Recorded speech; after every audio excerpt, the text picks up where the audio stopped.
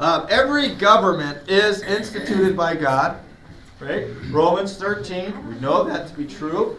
And every government will be corrupt to one degree or another, right? So how do Christians navigate the difficult terrain of being involved in politics and government when at some point or other they are going to be corrupt? Well, let's look at Nehemiah.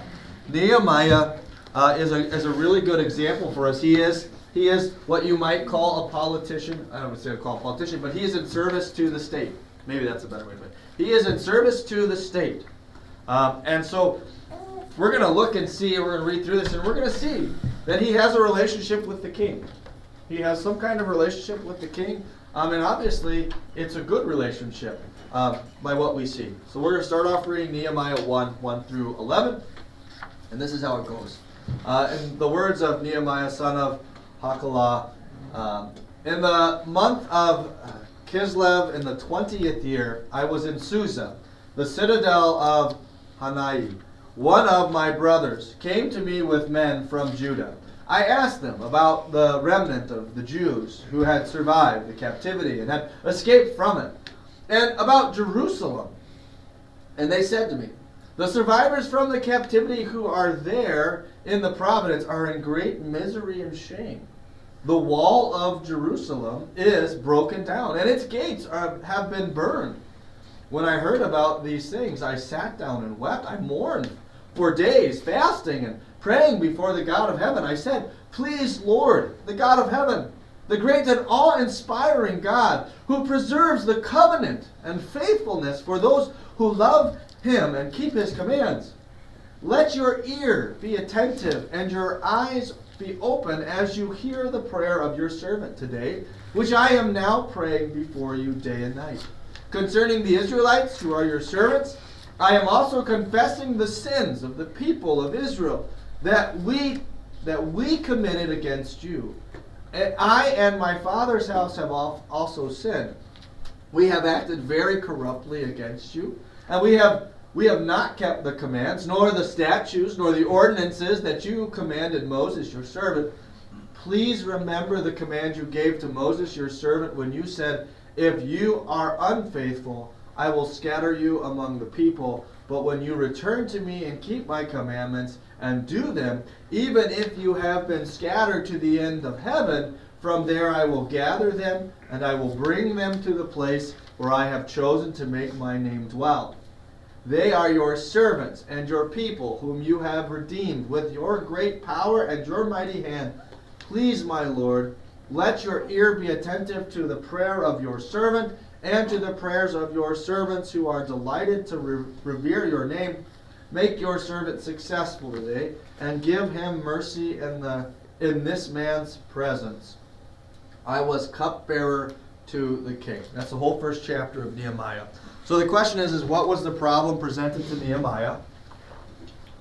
What's the problem? Very just straightforward. Jerusalem was broken down. Yeah. Jerusalem, the people, the walls are broken down, the gates are being burned, right? This is a big problem to him. He's obviously not there. He's in service to the king in the citadel of Susa, we saw. But he hears word of this, and it causes him to be distraught. What was the first thing that he did about the situation? Great. Boy, that's a commentary, ain't it? He's cupbearer to the king. That's the title he holds. Do you think he sees the king ever? Yeah, all the time. In fact, we're going to see that as we keep reading. But he most certainly has access to the most powerful person in this kingdom. And what does he do? Instead of running to the king, the very first thing he does is he prays to the Lord. Prays to the Lord. Was it the king here that was destroying Jerusalem, or no? It's so in this regard, what they're talking about is obviously this is way far removed from Jerusalem, this location, and so what's happening is Nehemiah asks, "How are things over there in this city?" And the response is well, it was destroyed in the exile, right when they took him away, and the results that he gets back is everything is still in rubble. The walls aren't built, the gates are not up, everything is in rubble still. And so that causes Nehemiah to be distraught. And it's not the king who's actively attacking Jerusalem. It's the fact that it still lays in ruins, even though people have been sent back. Even though people have been sent back to do the very thing that should be done, which is build up the walls and other things like that. So, I think it's kind of interesting, and the question 3 gets to it. What kind of prayer might the Christian have who is involved in government or politics? I would say what Nehemiah says is a really good start, at least when we're thinking about it or considering it, but it also suggests looking at 1 Timothy 2, 1 and 2, so we'll go there as well. Please, Deb. Back in verse 3 it says the survivors are in great misery and shame. Is there anything that says what was the misery and shame that they were in? I think as we keep reading, you're going to see that there are people who do not like the Jews, and so I think in that regard, they're actively looking to oppress them. And even as you have Nehemiah, who's going to get sent over there to do stuff, they're looking to get him in trouble as well. And so I think what you have is just people who don't like the Jews, which would bear out to what we're doing on Wednesday, which is before this. That is before this in timeline, right? Esther runs into Haman, and Haman wants to kill all the Jews, and they come up with a day to do that. So it's the Jews were not loved by people. They're still not. Well, right. Historically, and now. Right. So I think in that regard, that's what you see. You see this playing out. There are just people around who just don't like them. Don't like them at all. All right. We'll go to 2 Timothy. 1 Timothy, excuse me. 1 Timothy 1. You want more decaf? Nope, that's 2 Timothy. 1 Timothy 2. All right, here we go. So here it says, instructions for worship. First of all, I urge that petitions, prayers, intercessions, and thanksgivings be made for all people, for kings and for those who are in authority, in order that we might live a quiet and peaceful life in all godliness and dignity. I think we looked at this last week.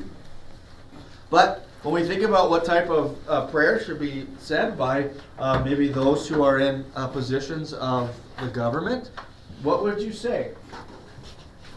According to the examples that we have looked at least just this morning, Nehemiah and this 1 Timothy passage. Well, we pray in church for good leaders and honest people, and I mean that's in that prayer for the church. We do that quite often. Yeah. And I would think that would be what we would want to start with. Yeah, we'd want to.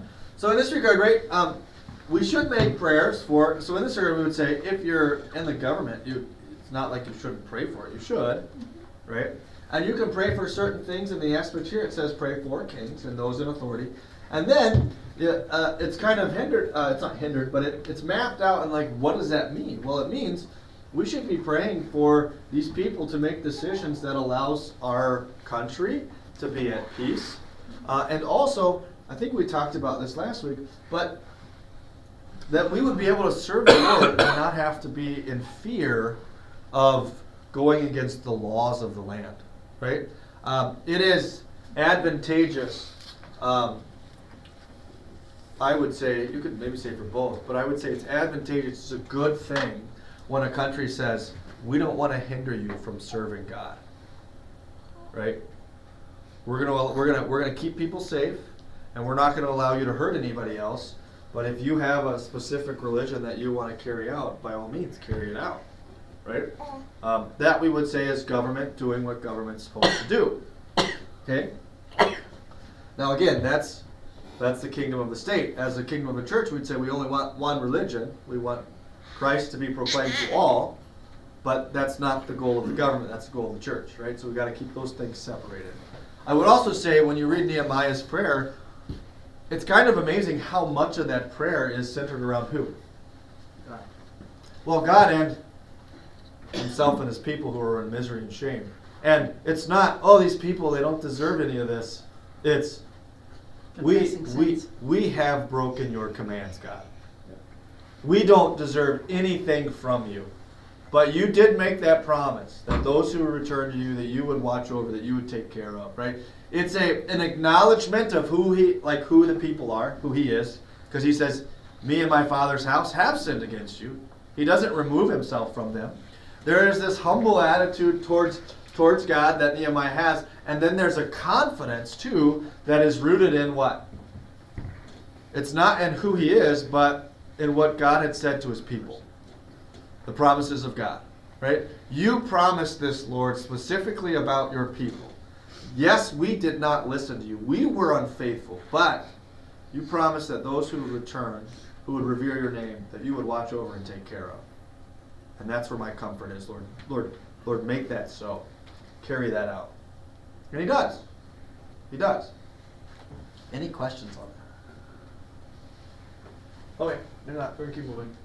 All right, now we're going to keep going, reading right along in this. We're going to read Nehemiah 2. So Nehemiah has this prayer for his people. Oh, I can just do this, I think. There we go. And it goes on for 9 verses into chapter 2. And it says this. In the month of Nisan in the 20th year of King Artaxerxes, wine was being served to the king, and I took the wine and gave it to the king. I had never been sad in his presence. So the king said to me, why do you look sad, since you are not sick? This must be sadness in your heart. Then I was much afraid. I said to the king, may the king live forever. Why shouldn't I look sad when the city, the place of my ancestors' tombs, lies in ruins, and its gates have been consumed by fire? And then the king said to me, well, what do you want? So I prayed to God of heaven, and I said to the king, if it seems good to the king, and if you look upon your servant with favor, then send me to Judah, to the city where my ancestors' tombs are, and let me rebuild it. And the king said to me, while the queen was sitting next to him, how long will your journey be, and when will you return? And the king was pleased to send me, so I gave him a definite time. I also said to the king, if it seems good to the king, please give me letters for the governors of the Trans-Euphrates, so that they will grant me safe passage through that province until I come to Judah. Also, a letter to Asaph, superintendent of the king's forest, so that he will give me lumber to lay beams for the gates of the citadel of the temple, for the city wall, and for the houses that I will occupy. The king gave them to me because the good hand of my God was upon me. Then I came to the governors of the Trans-Euphrates, and I gave them the king's letters. And the king sent army officials and cavalry with me. When Sanballat, the Haronite, and Tobiah, the Ammonite officials, heard about this, they were very upset that the man had come to seek the welfare of the Israelites. I read a little bit more, but it kind of sets the background for why they were in trouble. People around there don't care for that. So, as we're looking at that, what does it say? Nehemiah went before the king Artaxerxes. What is obvious about his relationship to the king, and why should this not be a surprise to us? What do you think? They know each other pretty well. He could tell he was sad. Yeah. Just by the look on his face. I mean, they share things. The king must use his advice. Yeah, I mean, in this regard, there is a relationship there. You can't deny that. Right? So much so that it seems like the king cares enough about him to ask him what's wrong. I don't think that's normal behavior for a king. Unless that king says, hey, I'm invested in this person. Like, this person means something to me. And so I think in that sense, why shouldn't this be a surprise to you? Or a surprise to us? Nehemiah was faithful in what he was doing. Very good. If you have someone who is faithful, who wants to be honest, who wants to do their work to the best of their ability, I'd imagine that if you're an employer or someone who works, those are some characteristics that you would maybe enjoy having in the people that serve you or that work for you. Right? Because if they're really going to be honest, if they're really going to want to be like speakers of truth, especially if you're looking for an advisor, or if they're going to be someone who serves you diligently, you really can't go wrong with that, right? And so what do you see? You see Nehemiah doing just that. And how does that cause a relationship with him and the king? It causes there to be a relationship. And so when Nehemiah is upset and sad, what happens? The king actually says, hey, what's going on? You must really be sad. You're not sick. I know you're not sick. We've had a conversation, you're not sick. So what is this? What is this? All right, now, what characteristics do we find in Nehemiah that stand as an example for believers who serve? I already gave it away, I'm sorry. Humility, diligence in the service. Now, as the story continues to unfold, it wants us to jump farther down into Nehemiah chapter 6, and that's where we're going to go. So. 6, 1 through 15. Does somebody else want to read? I don't want to read anymore. Can't pronounce the words. You can. The name. Just guess. It's totally fine. If everybody's following, it won't matter. Amy, are you going to read? I'm going to read right there, so, right on there. Oh, okay. When Sorry. it was reported to Sanballat, Tobiah, Geshem the Arab, and the rest of our enemies that had rebuilt the wall, and there was no breach left in it, although at the time I had not installed doors in the gates, Sanballat and Geshem sent a message to me. Come, let's meet together in Kepharim in the plain of Ono. However, they were planning to harm me. So I sent messengers to them saying, I am working on an important project and I am not able to come down. Why should the project stop while I leave it and come down to you? They sent messages like this to me 4 times and I answered them that same way each time. Then Sanballat sent his servant to me with a message like this for a 5th time, with an open letter in his hand, and in it was written, It is rumored about the nations, and Gashmu also says that you and the Jews are planning to rebel. This is the reason you are building the wall. According to these reports, you will be their king. You have also set up the prophets to make a proclamation about you in Jerusalem. A king is in Judah. Now reports like these will be heard by the king. So now come, let us consult with one another. So I sent a reply to him. These things that you are saying have not been done, since you are simply making them up. So all of them were trying to intimidate us, thinking their hands will grow weary of their work, and it will not be finished. So now strengthen my hands. Then I came to the house of Shemaiah, the son of Deliah, the son of Mahatabal. He was restricted. He said, let's meet at the house of God in the middle of the temple. Let's close the doors of the temple. Since they are coming to kill you at night, they are coming to kill you. I said, should a man like me flee? Should someone like me go to the temple to save my life? I won't go. I realized that God had not sent him, but he had spoken the prophecy against me because Tobiah and Sanballat had hired him. For this purpose, he was hired, to make me afraid, so that I would do this and sin. Then they would have given me a bad reputation, so that they could discredit me. My God, remember Tobiah and Sanballat in light of these actions, and also the prophetess Noadiah, and the rest of the prophets who are trying to intimidate me. Is that it? Oh, more. I think 15. So the wall was finished in 52 days, on the 25th of Elul. Oh, Elul? thank you so much. I did not want to pronounce all those names. Good job, Amy. So I converted them for you. Oh, you did great. They Thank sounded you. great. You did Who totally knows how to fine. say them? These people. I know. So as we read through that, so one of the villages that was mentioned there is 25 miles north of Jerusalem, at an intersection between the border of Judea, Samaria, and Philistia. It wasn't difficult for Nehemiah to see through that plan that they had, which was to try to kill him, right? They were trying to capture him and kill him. And so they were constantly sending messengers saying, why don't you come with us? So why don't you come with us? And perhaps, so after Nehemiah persistently refuses, which was those 5 times of the request, they changed their tactic. Right? Instead of asking Nehemiah to come to them, what did they say after that? What did they suggest? They, if you caught it, the last prophet that you said, that Deliah, they hired him to do what? Make a false prophet. Yeah, make a false prophecy. accusation, Yeah, that Nehemiah should enter into the kingdom or the temple of the Lord. That he should go in there, which would have, I mean, the plan was not for them to, the plan was to essentially say that they're rebuilding all these things, and listen, if he does these things, if he does exactly what the prophecy was saying, then it would be kind of almost look true. Because they said, he wants to be king here. He wants to be king here, so he has all these people working. He was sent over here, and the king thinks that he's supposed to be, building up the city, but now he wants to be king of this. And if he does exactly what they suggest, then it would actually look like that's exactly what Nehemiah was trying to do. Although, what did Nehemiah essentially say? Nah, you're trying to set me up. This is totally false. I got no desire to be king here. I just want to build up the walls. I want to build up these things. Which is, I think in this regard, the reason that Nehemiah could do that is because he's humble in his service, right? This is not Nehemiah saying, well, I'd really like to be king here. I'd really like power. No, that's not what I'm doing here, right?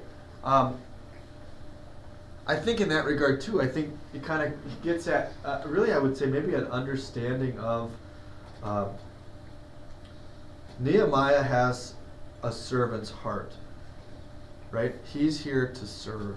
He's here to build up. He's not here to be in charge. He's not here to take power or to grab it away from the king. He's here to do exactly what he was sent to do. Yeah, I think as I was reading that and reading through the notes, kind of the main thrust here, which then if you're going to be in the kingdom of the state, what kind of attitude should you have?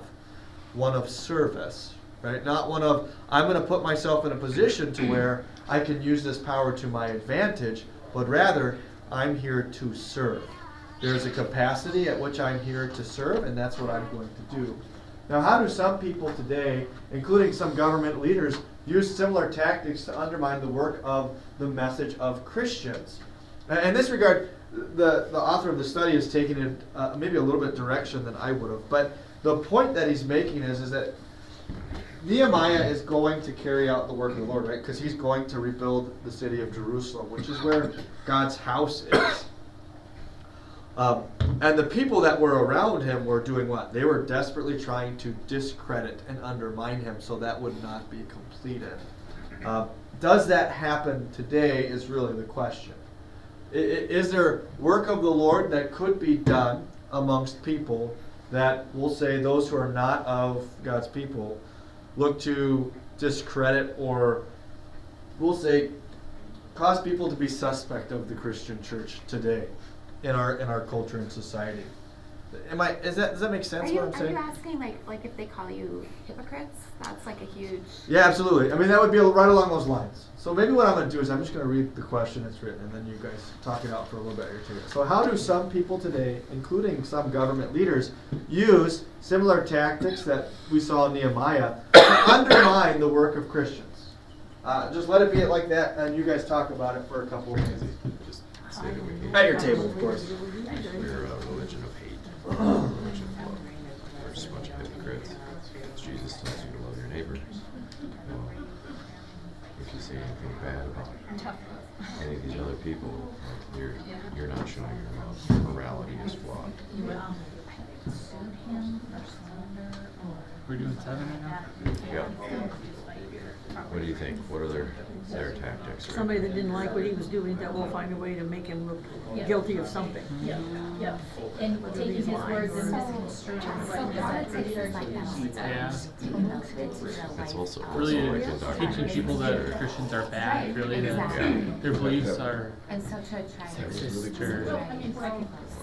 or like not fitting our own morality. Like, Yeah. oh, you're actually. All right, what do you think? What examples can you think of? I mean, I think that happens all the time. Go for it. Canceling bank accounts. Canceling bank accounts. Keep going. Some of it is true, some of it is Wrongfully But putting that's people nothing in that we jail. should be talking about when Sure. it comes to I think But more along it's the lines of serving just our country. hate, just Yeah. like making it look as though Christians just hate So if it everyone. wasn't, you know, That's long we as- we like you said, hate all this is person always- because they're a sinner and this person because they're a different type of sinner and so on and so forth. And that's just not a part of what we're saying at all. We hate the sin. Yeah. I was just thinking, let's look at trying Anybody to else? do I don't know if you heard that or not. No, weird. Say it again, please. We hate the sin. What? Basically, we're saying they misconstrue what we're saying about we don't agree with this person, and they think, oh, it's because of their skin color or their sexuality or all these other things, and then instead what we're really saying is we hate the sin that they're committing and we don't agree with that. I would say in this regard, one word that I think about when I think about this question would be intolerance. Sure. I mean, that's the label. Yep. That's the label. That, I mean, was the label for a long time. You're not tolerant. You're not tolerant of people and what they desire. So you're going to treat them in a negative way. When in fact they are the ones that are intolerant. Well, right. But I think in that sense, like, I think you can easily see that that's the case, right? Well, you don't agree with homosexual marriage, so then you hate these people. Well, that's just because I don't agree with what they do doesn't mean I hate them. Right? And just because I'm willing to call them out and say I think this is wrong, that doesn't mean you hate them either. And so what is the thing that's hard to do is to actually say something when you see a sin that's wrong. Because people will think badly of you and Right. say, oh, you're just discriminating against their, Yeah. Yeah. I mean, I- I have an example of, like, with my sister who's now in politics, who stands up for what is wrong with gay marriage, you know, men in girls' bathrooms, property rights and all that. I've been asked in the last couple weeks if she's been sleeping with so-and-so. I mean, I'm just gonna say no. I don't know 100%, but I'm just gonna say no because I just don't think she would. But there's a blog online that is constantly after her now because she has stood up for property rights and no men in. And the tactic of that is to do what? The tactic like that is what? It's to keep her Discredit. quiet. Yeah, Truly. it's to discredit. Mm-hmm. Right? If this person is sinful, then they can't possibly say something that's correct. Right? And I think at least that's very much, you could easily see that in politics, right? In fact, I think there's some of that going on right now. Like, this person lived a life in the past that we would say is less than what we would expect, and in this sense then that discredits their ability to serve in said capacity whatsoever. I mean, I think you saw that especially too when they were tearing down statues of people who, like, were here a long time ago, who were a part of the foundation of this country, right?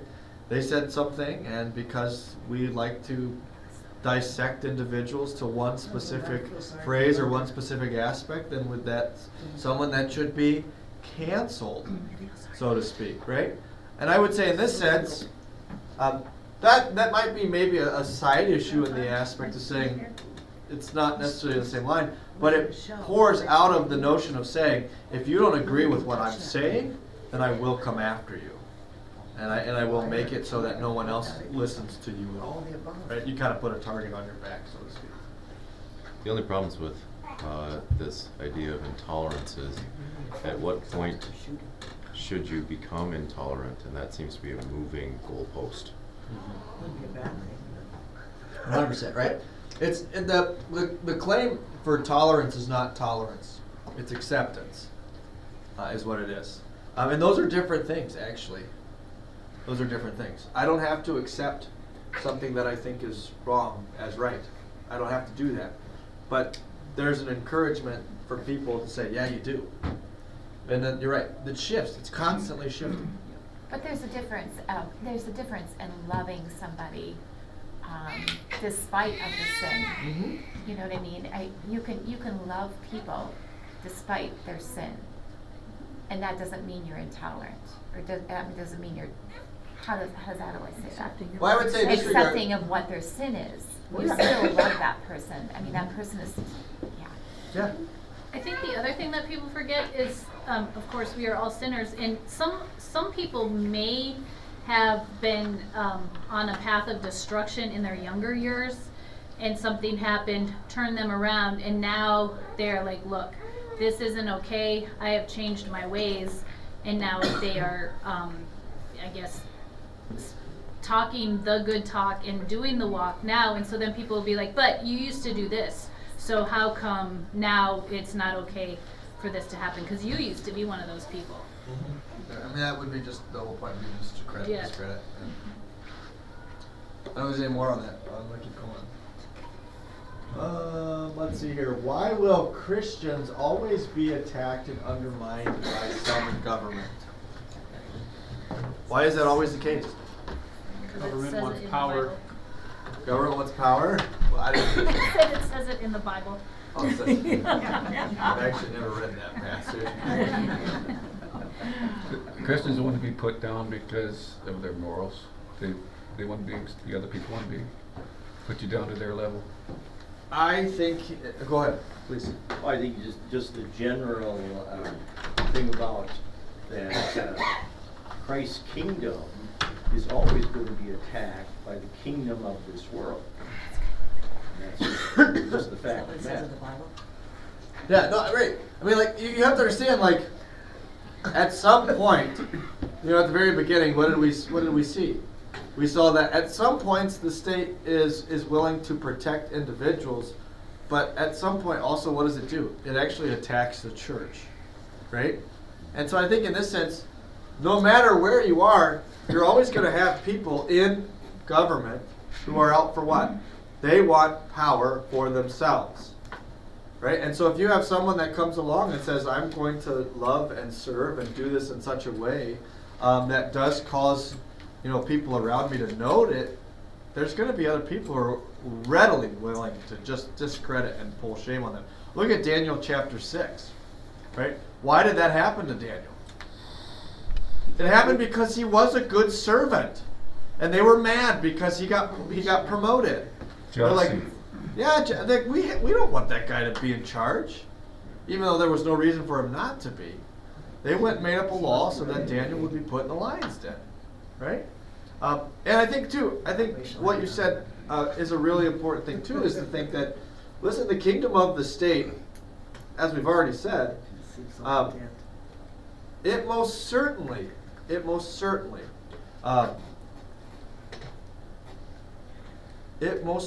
does find itself in opposition to the church at many times in the way it goes about doing things, and so you're gonna have animosity there.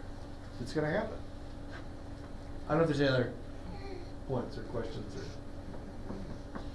All right, number 9. What tools do the anti-Christian forces in government use to discredit the gospel and its service? Maybe we kind of already talked about that already, so we're going to jump down to 10.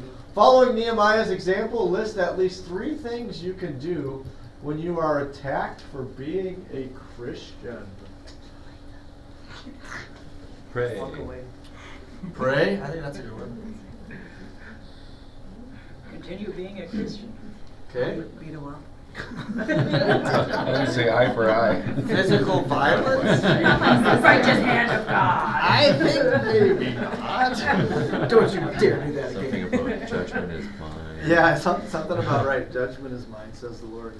Yeah. We have the example of the Apostle Paul, and when he was being by the government in Palestine, he then appealed, because he had the right as a Roman citizen to appeal to Rome.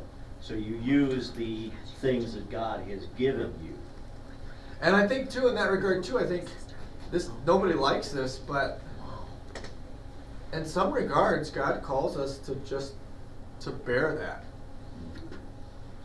Right? I mean, like, that's not fun to say or not fun to come to grips with, but God says, you love and serve and follow me, and, you know, if you are persecuted because of your faith, you live your faith. And then you accept the consequences. That's why Paul says, you know, what good is it to be punished for doing bad? Like, there's nothing good about that, but there is something to be said for being punished for doing something good, right? There's something there. I mean, if Jesus was correct when he said, this is what they do to me, what do you think they're going to do to my disciples? What can you expect? Well, how was Jesus treated by the government that he was under? They wrongfully accused him and carried out the death sentence on him for speaking the truth. Let's be clear about that. They asked him, are you the Son of God? And he says, yeah, that's true. Well, that's enough. Let's kill him. So I would say in this sense, what you guys said is not physical violence part. That I'm not going to agree with that. But in this regard, pray, absolutely pray. Continue to live out your faith, absolutely. And then also too, I think Jesus says, be as shrewd as snakes, but as innocent as doves. It's not bad for us to say we know the laws, we know what's right in our land, and we can use that to our advantage. Yeah, go Well, ahead. that's a part of being a citizen Yeah, of yeah. the United States Yeah. of America. You have certain rights and privileges Right. under the 100%. law. 100%. Yep. For now. And it'd be wise for you, if you don't, to know those, so that if that day does come, you can essentially say, this is what my right is as a citizen. And I'm not trying to do anything that I don't have the right to do. I'm just looking to live free in this place. But don't you think, like, when you're accused wrongfully of doing something right, doesn't it make you want to dive deeper into God's word and figure out what you're doing and why you're doing it? And then also you lean on your church body and the people around you that believe in the same thing you believe. And that's one reason we have our church body and come to church all the time and get strengthened that way. And yeah. Yeah, and I would say in this regard, it's not remiss to say when was probably the time when the Christian church grew the most? During Nero.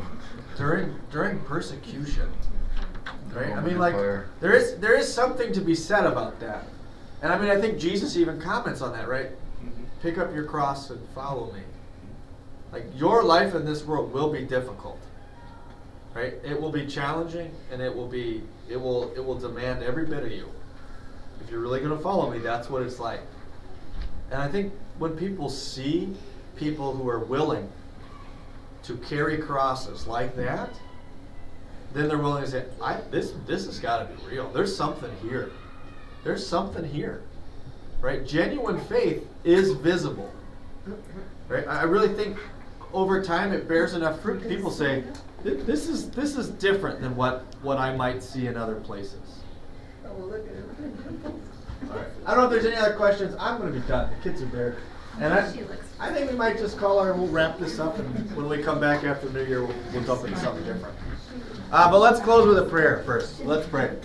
Gracious Father in heaven, we thank you. We thank you for, loving us and serving us and showing us how much you love and care for us. Move us to see and to hear your word and to know your love and to know your care, and move us to love and serve others in this world that we live in. Always willing to do what you have said is good and right. We ask this in Jesus' name. Amen.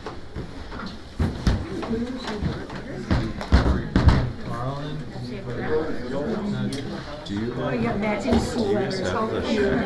Oh, nice.